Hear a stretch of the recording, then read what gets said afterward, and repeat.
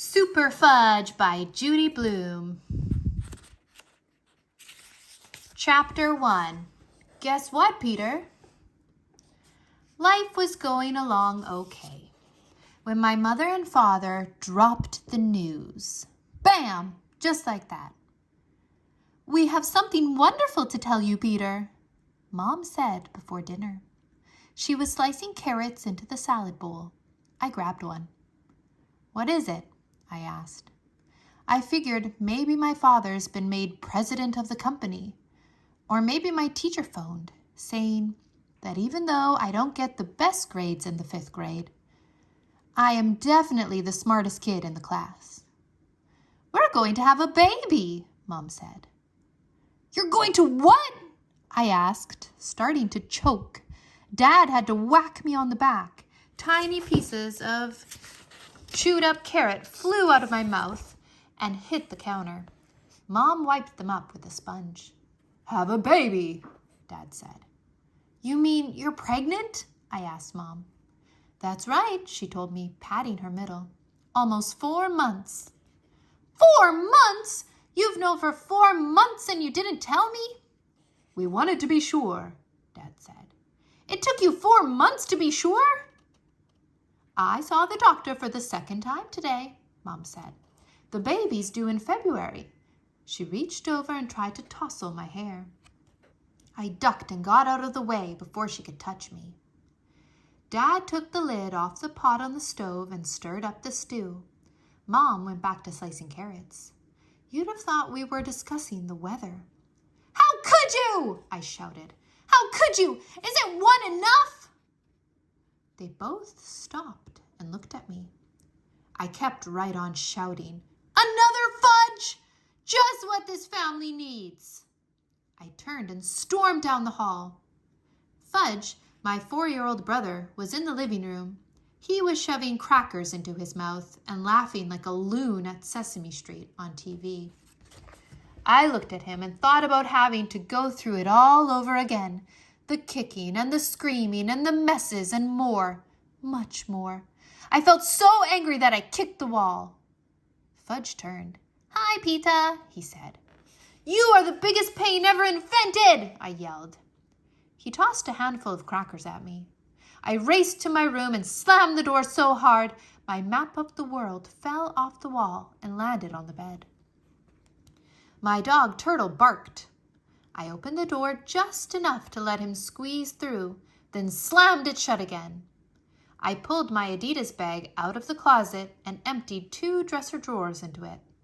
"Another fudge," I said to myself. "They're going to have another fudge."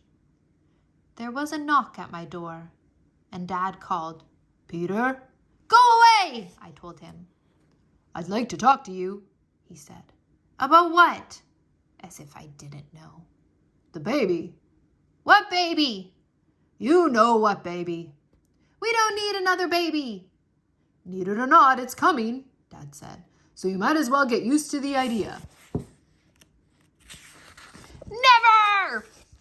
"We'll talk about it later," Dad said. "In the meantime, scrub up. It's time for dinner." "I'm not hungry." I zipped up my bag, grabbed a jacket, and opened my bedroom door. No one was there. I marched down the hall and found my parents in the kitchen. "I'm leaving," I announced. "I'm not going to hang around waiting for another fudge to get born. Goodbye." I didn't move. I just stood there, waiting to see what they'd do next. "Where are you going?" Mom asked. She took 4 plates out of the cabinet and handed them to Dad. "To Jimmy Fargo's," I said. Although until that moment, I hadn't thought at all about where I would go. "They have a 1-bedroom apartment," Mom said. "You'd be very crowded." "Then I'll go to Grandma's. She'll be happy to have me."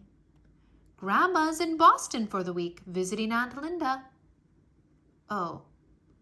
So why don't you scrub up and have your dinner, and then you can decide where to go," Mom said. I didn't want to admit that I was hungry, but I was. And all those good smells coming from the pots and pans on the stove were making my mouth water. So I dropped my Adidas bag and went down the hall to the bathroom. Fudge was at the sink. He stood on his stool, lathering his hands with 3 inches of suds. "Hello, you must be Bert," he said in his best Sesame Street voice. "My name is Ernie. Glad to meet you." He offered me one of his sudsy little hands. "Roll up your sleeves," I told him. "You're making a mess." "Mess, mess. I love to make a mess," he sang. We know, I told him. I ran my hands under the faucet and dried them on my jeans. When we got to the table, Fudge arranged himself in his chair. Since he refuses to sit in his booster seat, he has to kneel so that he can reach his place at the table. "Peter didn't scrub," he said. "He only rinsed." "You little—" I started to say, but Fudge was already yapping away to my father. "Hello, I'm Bert. You must be Ernie." "That's right," my father said, playing along with him. "How are you, Bert?" "Well, I'll tell you," Fudge said. "My liver's turning green and my toenails are falling off." "Sorry to hear that, Bert," my father said. "Maybe tomorrow will be a better day." "Yes, maybe," Fudge said. I shook my head and piled some mashed potatoes on my plate. Then I drowned them in gravy. "Remember when we took Fudge to hamburger heaven?" I said. "And he smeared the mashed potatoes all over the wall?" "I did that?" Fudge asked, suddenly interested. "Yes," I told him. "And you dumped a plate of peas on your head, too." My mother started to laugh. "I'd forgotten all about that day." "Too bad you didn't remember before you decided to have another baby," I said. "Baby?" Fudge asked. My mother and father looked at each other. I got the message. They hadn't told Fudge the good news yet. "Yes," Mum said. "We're going to have a baby." "Tomorrow?" Fudge asked. "No, not tomorrow," Mum said. "When?" Fudge asked. "February," Dad said. "January, February, March, April, May, June, July," Fudge recited.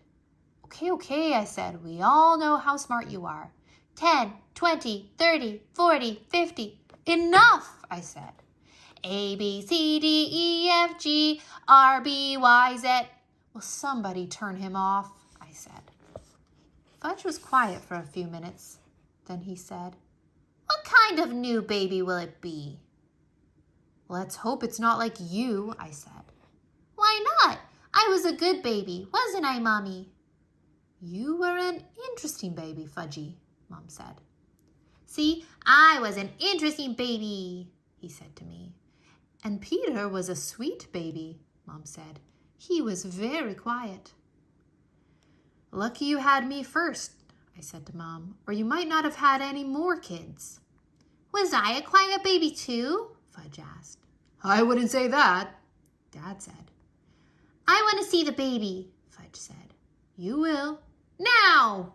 "You can't see it now," Dad said. "Why not?" Fudge asked. "Because it's inside me," Mom told him. Here it comes, I thought. The big question. When I asked it, I got a book called How Babies Are Made. I wondered what Mom and Dad would say to Fudge, but Fudge didn't ask. Instead, he banged his spoon against his plate and howled, "I want to see the baby! I want to see the baby now!" "You'll have to wait until February," Dad said, "just like the rest of us." "Now, now, now!" Fudge screamed. Another 5 years of this, I thought, maybe even more. And who's to say that they aren't going to keep on having babies one after the other? "Excuse me," I said, getting up from the table. I went into the kitchen and grabbed my Adidas bag. Then I stood in the doorway and called, "Well, I'd better be on my way." I sort of waved goodbye. "Where is Peter going?" Fudge asked. "I'm running away," I told him, "but I'll come back to visit someday." "No, Peter! Don't go!" Fudge jumped off his chair and ran to me. He grabbed my leg and started bawling. "Peter! Peter! Take me with you!" I tried to shake him off my leg, but I couldn't. He can be really strong.